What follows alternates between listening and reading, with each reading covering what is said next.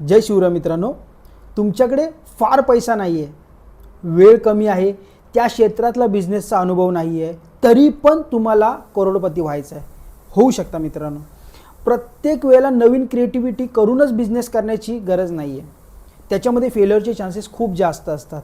मग तुम्ही काय करावं, एखादा एक्झिस्टिंग बिझनेस जो डिस्काउंटेड रेटने तुम्हाला भेटतोय तो बाय करा आणि चांगली लोकं हायर करा, चांगली ऑपरेशनची टीम हायर करा, नवीन आयडियाज त्यांच्याकडून घ्या आणि तो बिझनेस ग्रो करण्याचा प्रयत्न करा. ह्याच्यामध्ये सक्सेसचा रेट जास्त असतो. आता मित्रांनो, जसं आपण मागच्या ह्याच्यामध्ये बघितलं चॅप्टर्समध्ये कसं त्या लोकांनी एक्झिस्टिंग बिझनेस बाय केला आणि ग्रो केला, तसंच तुम्ही ट्राय करू शकता.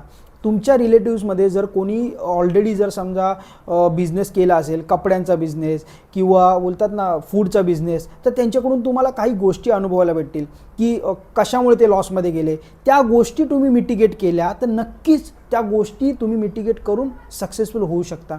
सेकंड, तुम्ही स्टॉक मार्केट हा सुद्धा एक बिझनेस म्हणून धरू शकता. कसं, तर जर तुम्ही ॲक्च्युअल बिझनेस करताय तर तुम्हाला तुमचा वेळ, तुमचा टाईम सगळं द्यावं लागतं. त्याच्यात तुम्हाला तुमचा एक्सपिरियन्स भरपूर तुमचा त्याच्यामध्ये बोलतात ना सर्व जातं. ॲज अ CEO किंवा जे खरंच काम करतात त्याबद्दल त्यांना पैसे पण भेटतात, पण त्यांचा खूप वेळ जातो.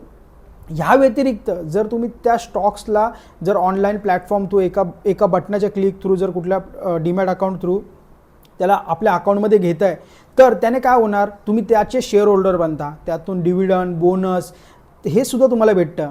मग तुम्हाला काय करायचं, चांगले स्टॉक्स हे डिस्काउंटेड रेटला भेटत असतील तर त्यांना लॉंग टर्मला तुम्ही होल्ड करून ठेवा. तो पण एक चांगला बिझनेस म्हणून तुम्ही कन्सिडर करू शकता.